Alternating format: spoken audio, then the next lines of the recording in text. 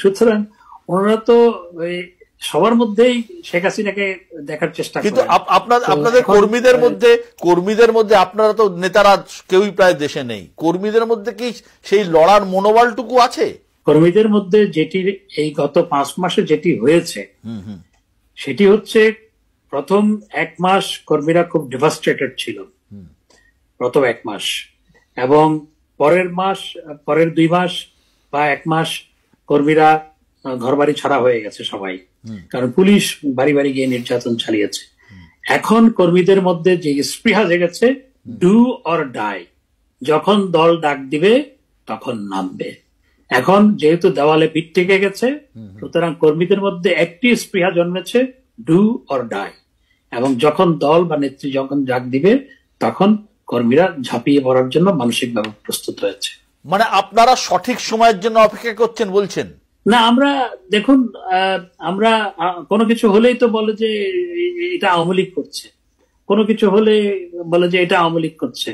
তা আমরা আওয়ামী লীগের জন্য কিছু করছি না, ওনারা কতটুকু পারছে সেটা দেখার চেষ্টা করছি। তা আওয়ামী লীগ এখন কিছুই করছে না।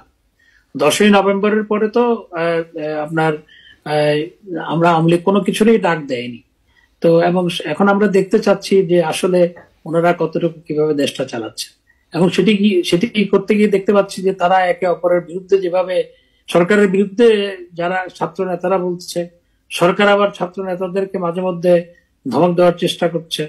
আমরা দেখার চেষ্টা করছি আসলে তারা কতটুকু পারছে। এখন তো দেখা যাচ্ছে মেজর ডালিমকেও হিরোর মর্যাদা দেওয়া হচ্ছে, মেজর ডালিম সামনে আসছেন, ভাষণ দিচ্ছেন।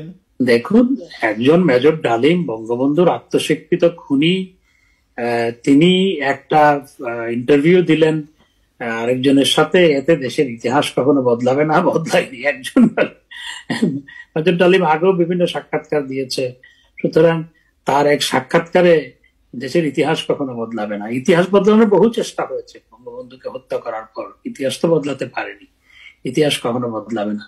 আর কিছু লোকের কাছে তো মেজর ডালিমকে তো কিছু লোক পছন্দ করে, যারা বঙ্গবন্ধুকে চায়নি, দেশ চায়নি, স্বাধীনতা চায়নি, যারা পাকিস্তান চেয়েছিল, তারা তো মেজর ডালিম,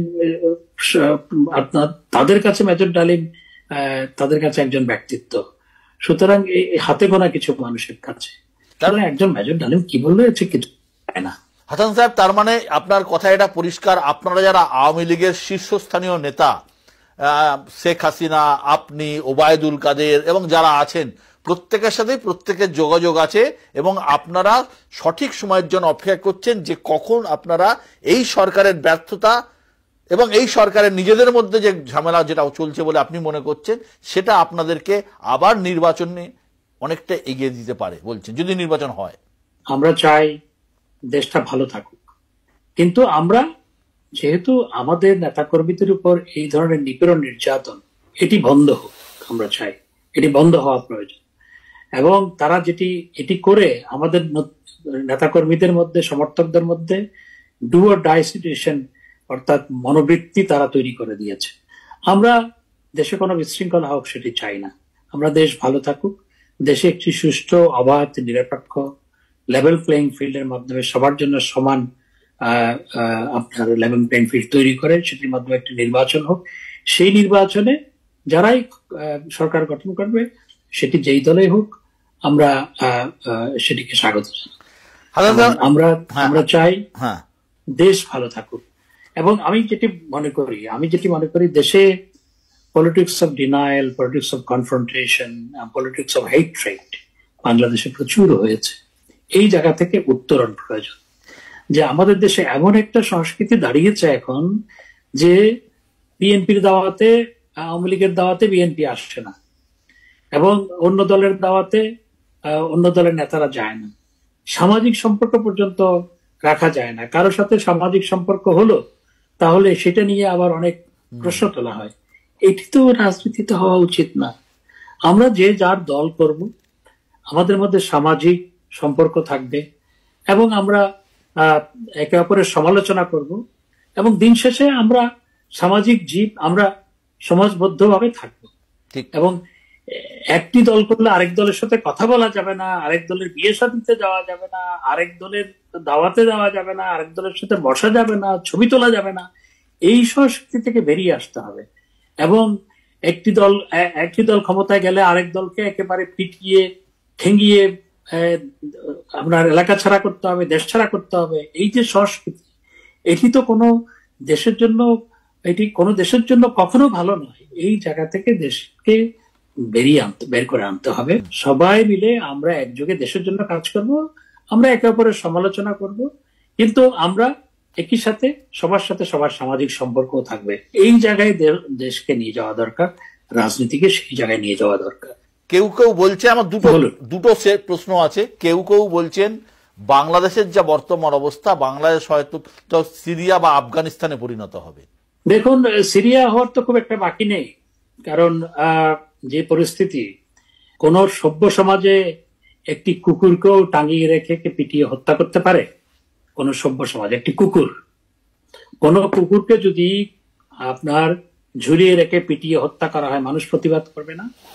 সেটি কি কোন সভ্য সমাজে হওয়া উচিত নয়। আমাদের দেশে মানুষকে, পুলিশকে, আওয়ামী লীগের নেতা কর্মীদেরকে ঝুলিয়ে রেখে আপনার পিটিয়ে হত্যা করা হয়েছে এবং সেটি নিয়ে চারপাশে দাঁড়িয়ে উল্লাস করা হয়েছে, ছবি তোলা হচ্ছে, ভিডিও করা হচ্ছে। তো এটা সিরিয়া হতে তো খুব একটা বাকি নেই। এবং আমি জানি না আফগানিস্তানেও এইভাবে মানুষ পিটিয়ে, হ্যাঁ, তালেবানরা কোনো ক্ষেত্রে করেছিল, সেখান থেকে সেই ধারণাটা নেওয়া হয়েছে অনেকে বলছে। তো এটি হতে তো খুব একটা বাকি নেই আসলে। এবং বাংলাদেশ এখন মবের মুল্লুক, মব জাস্টিস। একটা আপনার মিছিল গেল যে অমুককে পদত্যাগ করতে হবে, উনি পদত্যাগ করতে বাধ্য হলেন। হেডমাস্টারকে পদত্যাগ করতে হবে, যেই হেডমাস্টার পিতৃতুল্য পূজনীয়, সেই হেডমাস্টারকে ঘেরাও করে ছাত্ররা শুধু অপদস্থ করেছে তা নয়, তাকে শারীরিক নির্যাতন করা হচ্ছে, তিনি পদত্যাগ করছেন। কলেজের প্রিন্সিপাল, এগুলো তো কোনো সভ্য দেশে হয় না।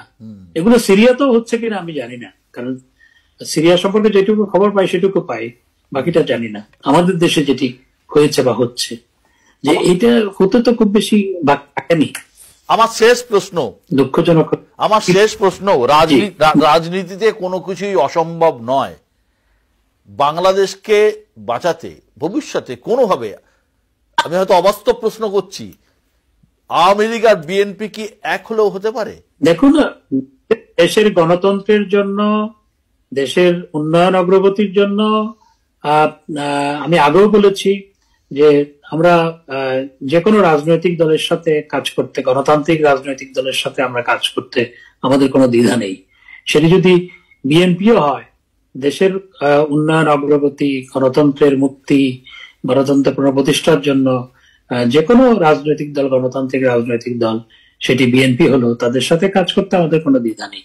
জামাত, দেখুন,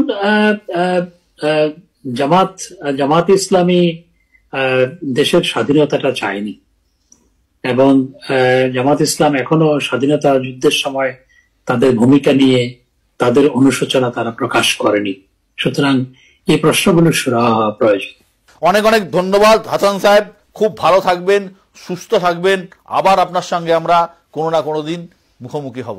অনেক অনেক ধন্যবাদ।